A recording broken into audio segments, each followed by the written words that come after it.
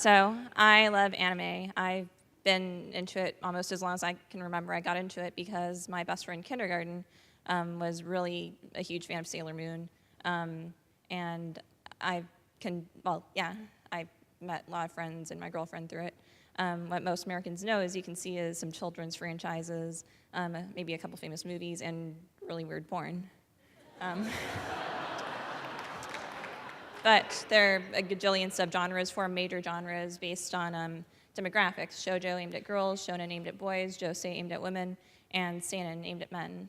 And but there's a lot of blurring of boundaries because anime fans don't really give a crap about if something's aimed at them if it sounds good, you know. And a lot of creators, write with both audiences in mind, regardless of what they're technically in.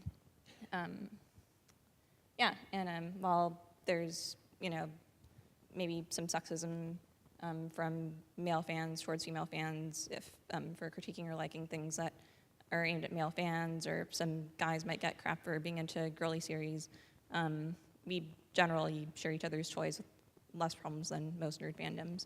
So shoujo is known for the magical girl subgenre, basically teams of girls with magic powers who fight against baddies, decadently pretty art, androgynously pretty people, explorations of gender and sexuality, and also explorations of issues that real teens face, like bullying.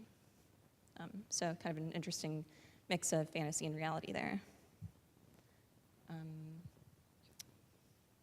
My favorite shoujo series is Utena, which is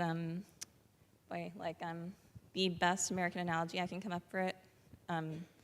Is if David Lynch wrote a fairy tale deconstruction with themes of chivalry and gender. It's kind of a head trip.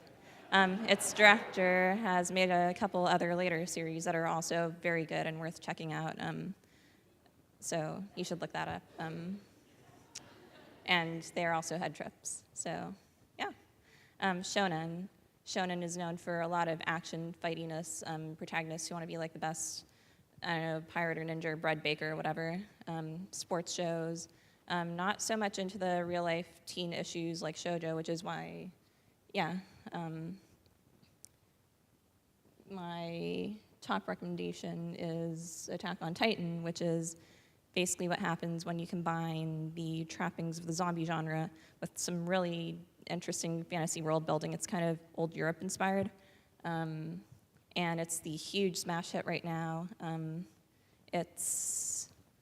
If you go to like any anime con, you'll see a million people dressed up as its characters.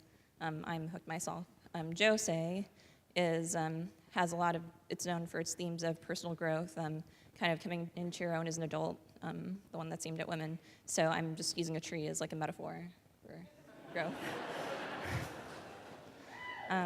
My top recommendation for it is Princess Jellyfish, which it's basically, so this huge nerd,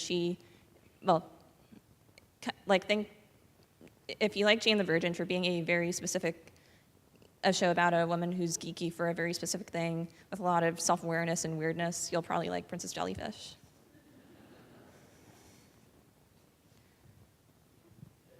And also, if you look up No Itamina, which is animation spelled backwards, you'll find a programming block that has a lot of good josei.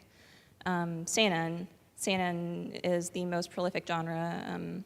It has the most variety. It's become famous in recent years for having a lot of idealistic daily life series, for kind of cribbing the magical girl genre from shoujo and putting its own spin on it, for being able to make literally any theme about cute, quirky girls, like famous historical figures. I'd really love to see that subgenres take on the American founding fathers myself. Also, its sci-fi tends to range from like really gentle, idyllic, like happy, distant future to hardcore, like gritty suspense horror dystopia, which is why my biggest sci-fi seinen recommendation is Psychopaths. If you like Minority Report or basically any, the dystopian genre in general, it's a really thoughtful take on its genre with an awesome lead. So I tweet and blog about anime, so feel free to hit me up for recommendations, and I'm a shameless networker, so you can hit me up on LinkedIn if you want to.